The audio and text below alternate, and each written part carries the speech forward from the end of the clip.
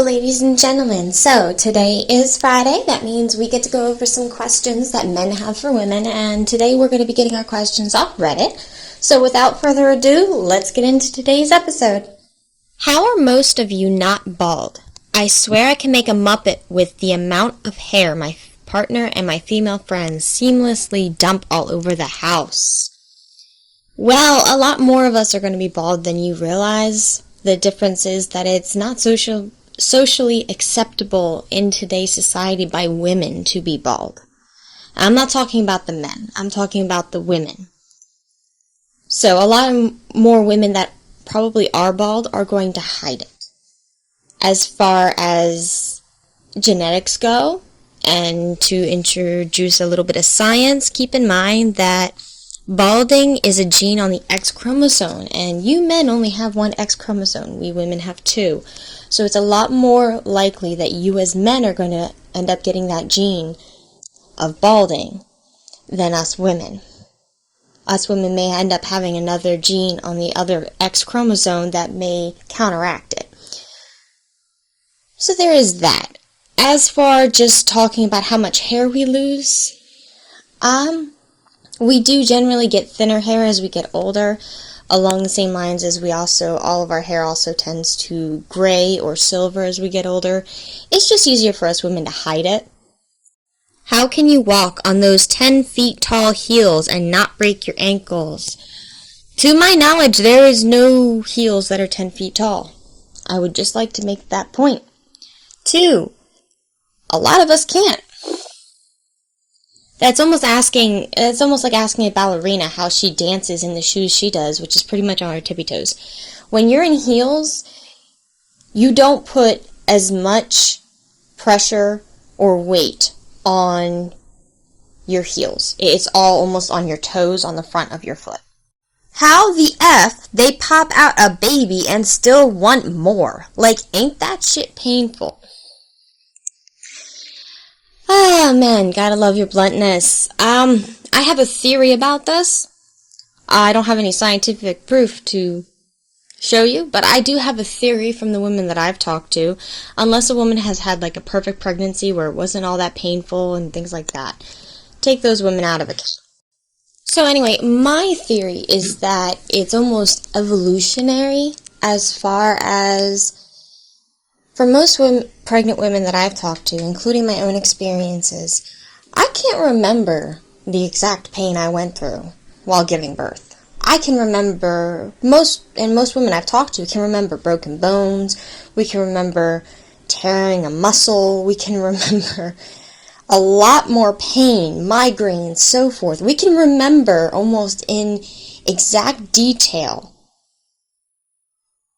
to describe to somebody of the pain we went through, except when it comes to giving birth. I've been in this situation twice where I get to that point, I'm about ready to give birth, and then it kind of hits me in my head, oh right, that's why I didn't want to do this again.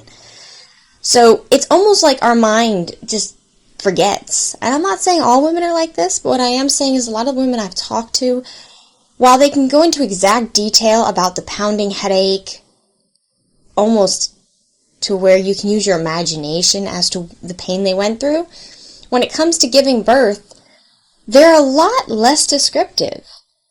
It was painful. And that's kind of like the end of it. They can't really go into exact details. Half the time the guy that's with them, their husband, fiance, or boyfriend at the time, is going to remember more details than they will. So I think that it's actually more of an evolutionary trait, where we almost forget the exact amount of pain we were in. Because I can tell you right now, if most of us remembered in the same detail that we remember every other injury, we would not do it again. We would probably be more afraid to do it again. So I think it's actually a bit evolutionary. I could be wrong. I have been wrong on many different points. And this is only a theory. Is it true you have a pouch for carrying your young? Yes, just like a kangaroo. You never see it. That's why none of our jeans ever have pockets. Because we can put everything in the pouch. On a more serious note, no, man. I don't even know how to answer this. No, Human females do not have a pouch for carrying their young. The only thing, not even close, like, it's not even close. You can't even call when you're pregnant that as a pouch, because you can't take the unborn baby out, and you definitely can't put the baby back in after he comes out. So no, we do not have a pouch. So I will say there's a wonderful attachment that I at least had while I was pregnant with my 3. And what it is it's a zip-on attachment that you zip onto the jacket itself or the sweatshirt. And it is almost like a little pouch with a little hood for the baby. And it attaches to your jacket as the mom. And then it almost does, we do feel, at least I felt at that point, like a kangaroo mom. That was probably the most amazing gift that had ever been given to me. I used it with all 3 of the children. And it's just wonderful because they're so secure in that little pouch. And it's very warm. So it's, personally for me, that's about the only time that I can even think of that might describe where you might have gotten the idea that we have pouches. But no, naturally no, we do not have pouches. We are not kangaroos. We are not rodents. We don't have pouches. I'm sorry. How come y'all so good at finding things? I'm not. It is a really good thing I've got my fiance with me, because I'd probably lose my head if it wasn't attached. That is I don't know what women you are associating with, but that is not all women. How do I choose a gift for you?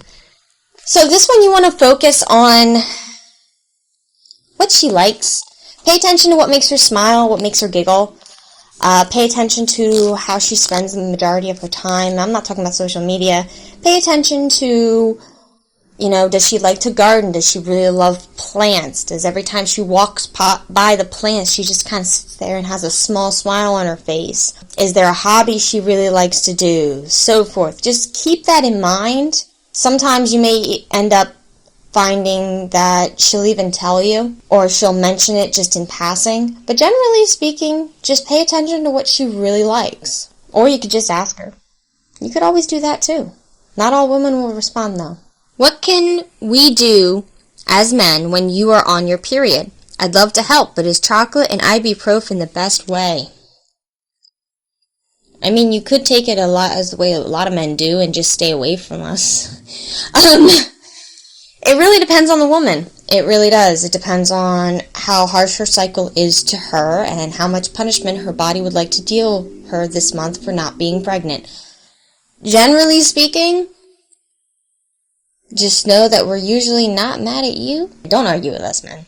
You're arguing at that part with a brick wall. We're not going to see logic. So, yeah, I can't fully answer this because, again, it really depends on the woman.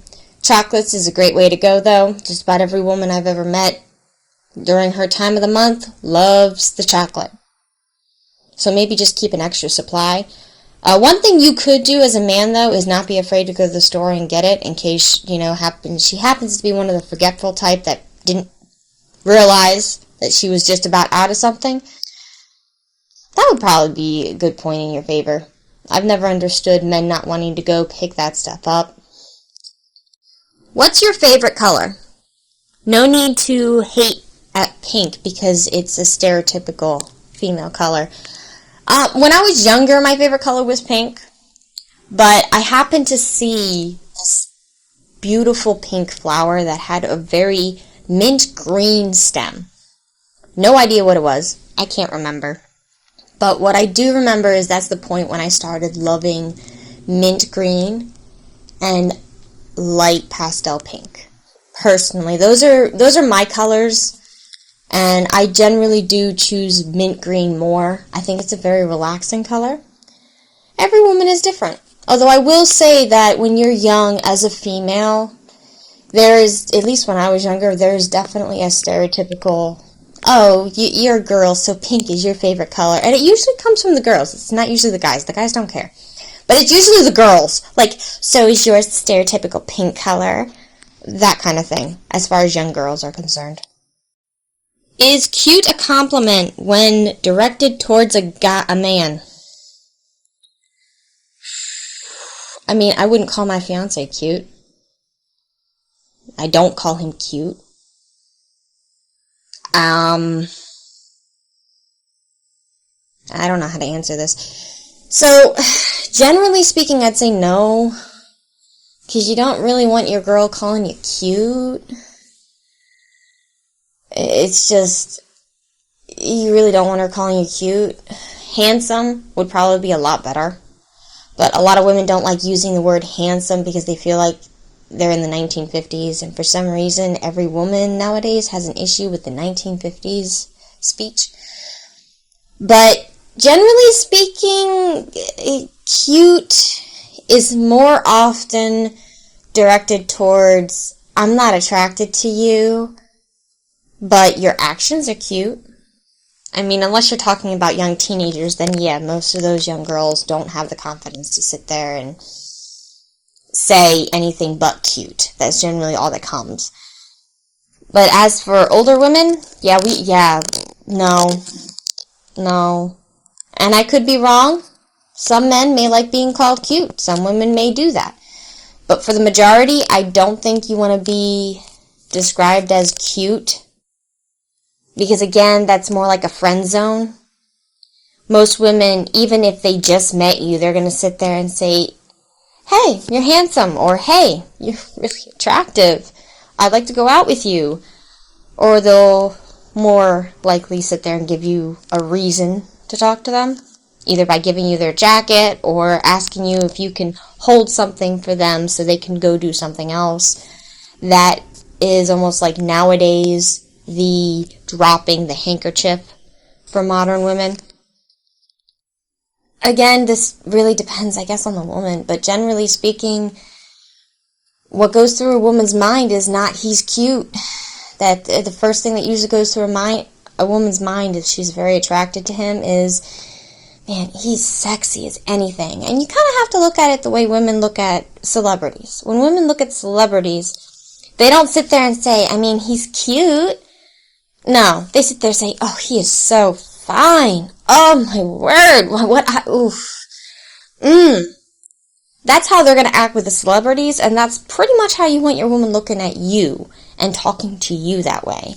Sure, there could be some things that the guy does that the woman might say is cute, but as far as the majority is concerned, most women who are very highly attracted to their man aren't going to call them cute.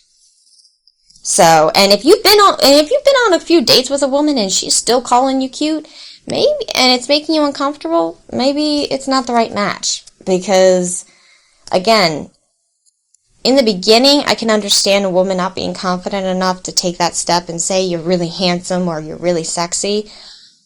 But if she's still calling you cute after about a month of dating, I don't know, man. Like I said, most women I know have no issue saying that their man is sexy to them. They'll tell you their favorite traits of their man. If they're highly attracted to their man, they're not going to call him cute. That's just not what we do. Ladies and gentlemen, that is the end of our video. If you have any questions or stories of your own, make sure to comment below or email me. And if it's really good, I will work on getting it into future videos. Like and subscribe, and thank you so much for watching.